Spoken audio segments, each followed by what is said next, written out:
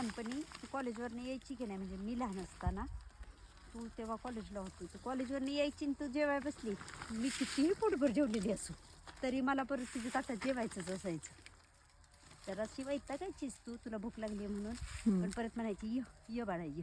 मग मी तुझ्याबरोबर खायची.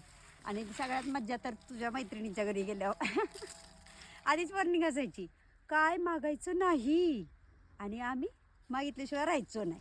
एखाद्याने खायला दिलं घ्यायचं नाही. आम्ही आपलं तुझ्याकडं बघायचो, त्या मैत्रिणीकडे बघायचो, आम्ही कन्फ्यूज व्हायचं. ती तर बाई धर धर धर धर म्हणतीय, मग घ्यायचो. घरी आल्यावरती तेवढंच रट्टा असायचं, का खायला घेतल्यास. परत तू त्या जत्रेतनं रंगीबिरंगी बांगड्या आणायचीच बघ, कुठल्या पण ड्रेसवर घाला. आशिकी रिबन तर मला खूप आठवते, किती वेळा आणली होती आशिकी रिबन. होय का? मग काय, कशी विसरेन तू केलेला लाड.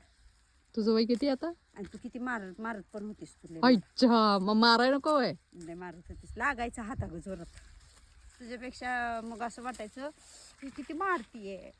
आणि परत मग तेवढेच लास्टचं भांडण आठवते. लास्टचं भांडण सांगू का कधीचं? माझं कॉलेज पूर्ण झालं होतं आणि मी तुझ्याकडे आली होती सुट्टीला. आपल्या दोघींचं काय झालं काय माहिती, का कसं गपचूप बसले होते आपल्या दोघींचं भांडण बघून. भांडलो. परत मी कपडे आवरली, म्हटलं आता मी जाणार आहे आमच्या घरी.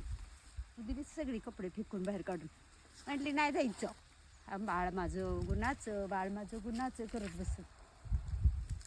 किती भांडायचं पण. आणि आता पण नाही भांडत आपण, आता मोठं झालो आपण.